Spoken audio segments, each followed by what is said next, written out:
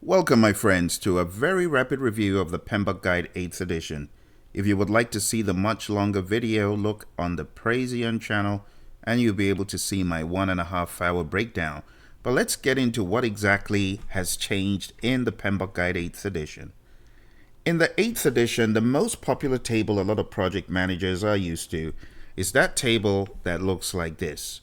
Now, the PMI have introduced a new term, focus area. The focus areas are just the same thing as the project management process groups of old. Also in this table, there is a reference to performance domains, which refers to those items on the left.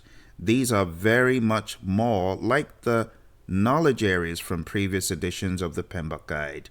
So this is one of the major changes from the 7th to the 8th.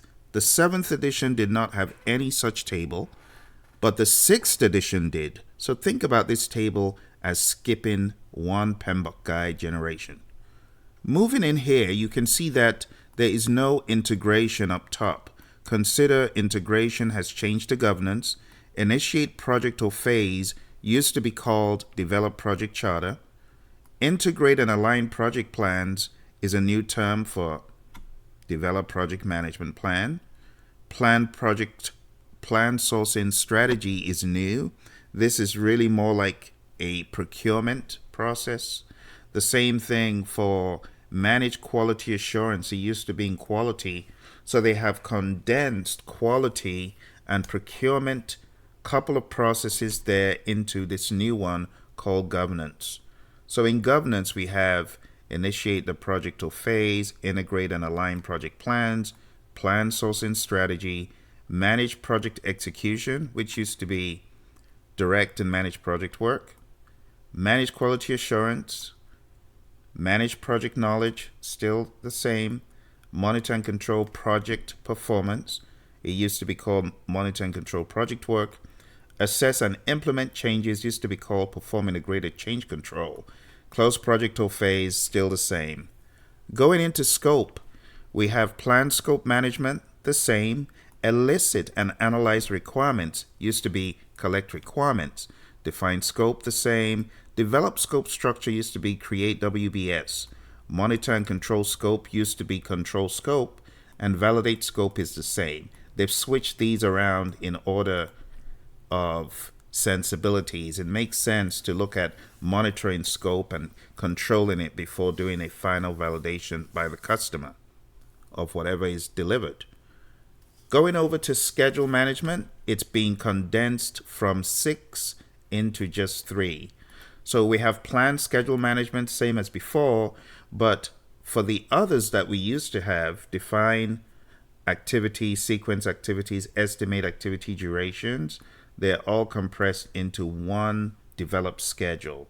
So we had define activity, sequence activities, estimate activity durations, and develop schedule. Those 4 have now been condensed into that. Monitor and control schedule just used to be called control schedule. Getting into this new one, it's called finance. Same as cost for the most part. We're doing pretty much exactly the same stuff. Now we're looking a little bit more broadly at how the project is financed, but this is pretty much the same stuff. So we have plan financial management, which used to be plan cost management. Estimate cost, still the same. Determine budget is now develop budget. Monitor and control finances used to be called control cost. And this is where earned value is discussed. So that's pretty much it for finances. Going over to stakeholder. Stakeholder in this book, the 8th edition, they have condensed both stakeholder and communications into just one domain, stakeholder. So we identify stakeholders, plan stakeholder engagement, still the same, plan communications management, still the same, but now rolled up into stakeholders. Manage stakeholder engagement, the same, manage communications, the same, but rolled into stakeholders. Monitor stakeholder engagement, the same. Monitor communications, the same, but now they've rolled these into one. I don't know why they've done this. I think it would have been more prudent to leave communication since it's what the project manager does 70% of the time, but they've condensed them into both. It doesn't take away the value of communications. Resources. We get into resources with plan resource management as before. Estimate activity resources is now just estimate resources. Acquire resources, the same thing. Now we used to have develop team and manage team, both collapsed into lead the team. And then we have monitor and control resourcing, which just used to be control resources. Finally, in risk, we have plan risk management, identify risks, perform risk analysis. In the past, we had perform qualitative and perform quantitative risk analysis as two separate risk processes. Does taking it away make any difference? Not if you understand it. It might have been more helpful to just leave it so we could call out both qualitative and quantitative. Plan risk responses, still the same. Implement risk responses and monitor risk exactly as we had them before. So, my friends, when you take a look at it, we have this table which has changed quite significantly. There's been a big cut in terms of the number of areas for sure and in the number of processes altogether. Now, with that said, let's jump into the next thing that is significantly different from the 7th edition. The 7th edition used to have 12 principles, but now we have 6. 1, be a big picture thinker, really see the holistic view. So it just reads, adopt a holistic view. That's number 1. So this is new, even though in the past it was called being more strategic in the 7th.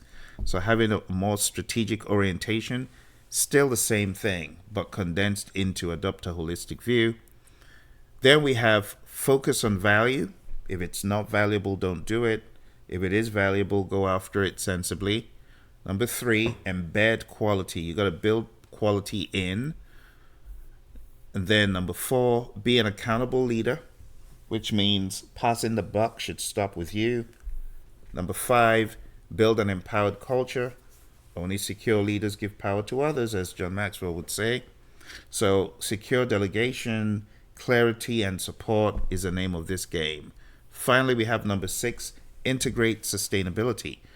This just means you got to meet today's needs without compromising future generations. Consider the planet, people, and the long-term value of all phases. So when you boil it down, we have 3 core dimensions: proactive, ownership, and value-driven.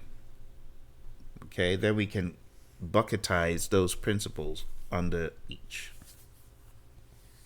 All right, my friends. Well, that is the most significant change in the PMBOK Guide 8th edition.